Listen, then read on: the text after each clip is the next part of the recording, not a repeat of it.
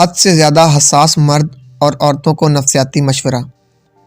میری ایک عزیز دوست نے سوال کیا کہ میں آپ سے ایک نفسیاتی مشورہ کرنا چاہتی ہوں۔ میں نے پوچھا نفسیاتی مسئلہ کیا ہے؟ کہنے لگی میں حد سے زیادہ حساس ہوں۔ میں جب سوشل میڈیا کسی کی بیماری کی خبر پڑھتی ہوں یا ٹی وی پر کسی کی موت کی خبر سنتی ہوں تو بہت پریشان ہو جاتی ہوں۔ میرا دل زور زور سے دھڑکنے لگتا ہے، میں پسینہ پسینہ ہو جاتی ہوں، میری بھوک مر جاتی ہے، نیند اڑ جاتی ہے اور میں 2-3 دن کے لیے بالکل لاچار اور بیمار ہو جاتی ہوں۔ پھر اس بیماری سے چند دن کے لیے باہر نکلتی ہوں، زندگی سے لطف اندوز ہوتی ہوں اور پھر کوئی اور خبر یا حادثہ مجھے پریشان کر دیتا ہے۔ یہ مسئلہ کئی سالوں سے چل رہا ہے۔ میں نے کبھی کسی سے اس مسئلے کا ذکر نہیں کیا۔ آپ سے دوستی ہوئی تو ہمت ہوئی کہ آپ کو اپنا مسئلہ بتاؤں اور مشورہ کروں۔ میں انٹرنیٹ اور فیس بک پر لکھتی بھی ہوں، لیکن جب کوئی انسان میری تحریروں پر تنقید کرتا ہے تو گھبرا جاتی ہوں۔ میں آپ کی پوسٹیں پڑھتی رہتی ہوں، آپ پر لوگ سخت تنقید کرتے ہیں، لیکن آپ سب کچھ مسکرا کر برداشت کر لیتے ہیں۔ اس مسکراہٹ کا کیا راز ہے؟ مجھے بھی بتائیں۔ جواب: یہ مسئلہ صرف میری دوست کا ہی نہیں، بہت سے اور مردوں اور عورتوں کا بھی ہے جو اس نفسیاتی مسئلے سے بہت پریشان رہتے ہیں۔ میں نے پچھلے کچھ سالوں سے حد سے زیادہ حساس شخصیت رکھنے والے لوگوں کی کامیاب تھراپی کی ہے۔ میں ایسے لوگوں کو ہائیلی سینسٹیو پرسنالٹی کہتا ہوں۔ ایسے لوگوں کی شخصیت 2 طرح کی ہوتی ہے۔ پہلی قسم، ایسے لوگ احساسی کمتری کا شکار ہوتے ہیں، اسی لیے وہ دوسرے لوگوں کی رائے کا دل پر بہت گہرا اثر لیتے ہیں۔ دوسری قسم، وہ لوگ جو ایسی شدت اور تشدد پسند گھرانوں میں پلے بڑے ہوتے ہیں جہاں لوگ ایک دوسرے کا احترام نہیں کرتے۔ ان میں سے بعض پوسٹ ٹرومیٹک سٹریس ڈس آرڈر کا شکار بھی ہو جاتے ہیں۔ ایک وہ وقت تھا جب ماہرین نفسیات یہ سمجھتے تھے کہ صرف میدان جنگ سے لوٹنے والے فوجی ہی PTSD کا شکار ہوتے ہیں، لیکن اب ماہرین یہ جان گئے ہیں کہ وہ بچے جو ایسے خاندان میں پلے بڑے ہوتے ہیں جن میں ان کے والدین ایک دوسرے سے روز لڑتے جھگڑتے رہتے ہیں، غصے اور نفرت کا کھلم کھلا اظہار کرتے ہیں، ایک دوسرے سے تلخ کلامی کرتے ہیں اور ہاتھا پائی کرتے رہتے ہیں، ایسے بچے بھی بڑے ہو کر پوسٹ ٹرومیٹک سٹریس ڈس آرڈر کا شکار ہو سکتے ہیں، کیونکہ وہ بھی ایک ایسے گھر پیدا ہوئے ہیں جو کسی جنگ سے کم نہیں ہے۔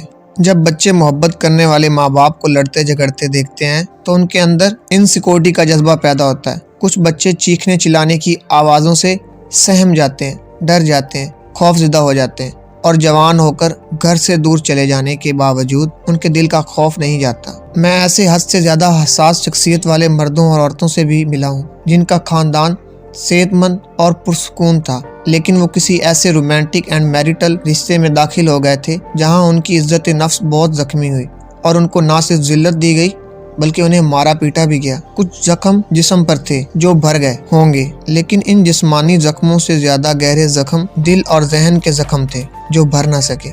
انہوں نے جس محبوب یا دوست پر اعتماد کیا، اس نے ان کے اعتماد کو اتنی ٹھیس پہنچائی کہ وہ ٹوٹ کر بکھر گئے اور نفسیاتی بیماری کا شکار ہو گئے۔ بیماری سے نکلنے کے بعد وہ حد سے زیادہ حساس ہو گئے اور ان کی نفسیاتی مرض بہت کم ہو گئی۔ تھراپی کے دوران میں ایسے مردوں اور عورتوں کو چند مشورے دیتا ہوں، آپ بھی سن لیں۔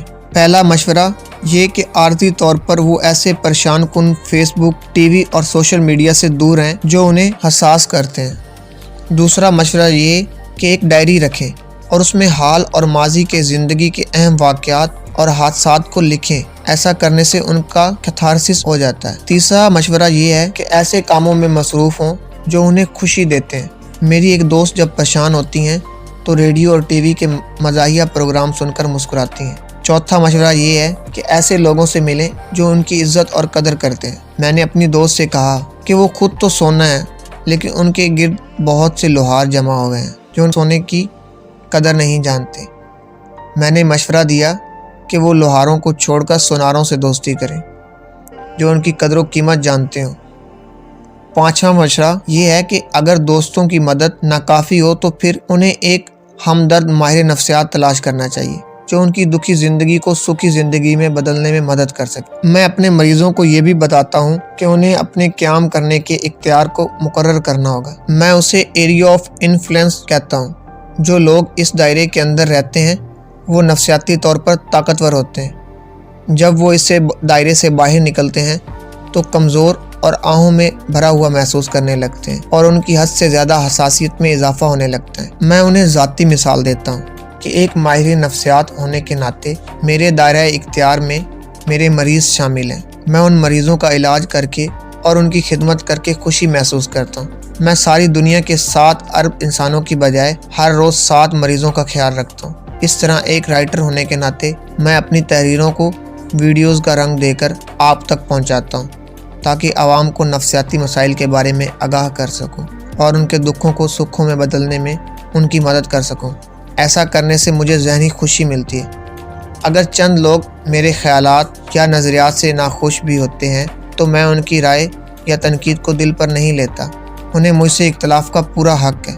میں نے اپنی دوست سے کہا کہ وہ ان مخلص اور محبت پیار کرنے والے دوستوں کے قریب رہیں جو انہیں سخی کرتے ہیں، اور ایسے کم ظرف، غصیلے اور ایسے لوگوں سے دور رہیں جو انہیں دکھی کرتے ہیں۔ وہ جب فیس بک یا انٹرنیٹ پر لکھتی ہیں اور لوگوں سے بات کرتی ہیں تو انہیں احساس ہونا چاہیے کہ سوشل میڈیا پر لکھاری اور تنقید کا اختلاف ذاتی نہیں، تھیوریٹیکل ہے۔ ایسا سوچنے سے وہ دل برداشتہ نہیں ہوں گی۔ میں نے پچھلے کئی وقتوں میں بہت سے مردوں اور عورتوں کو اپنی حد سے زیادہ حساس شخصیت پر قابو پاتے اور ایک صحت مند، خوشحال اور پرسکون زندگی گزارتے دیکھا ہے۔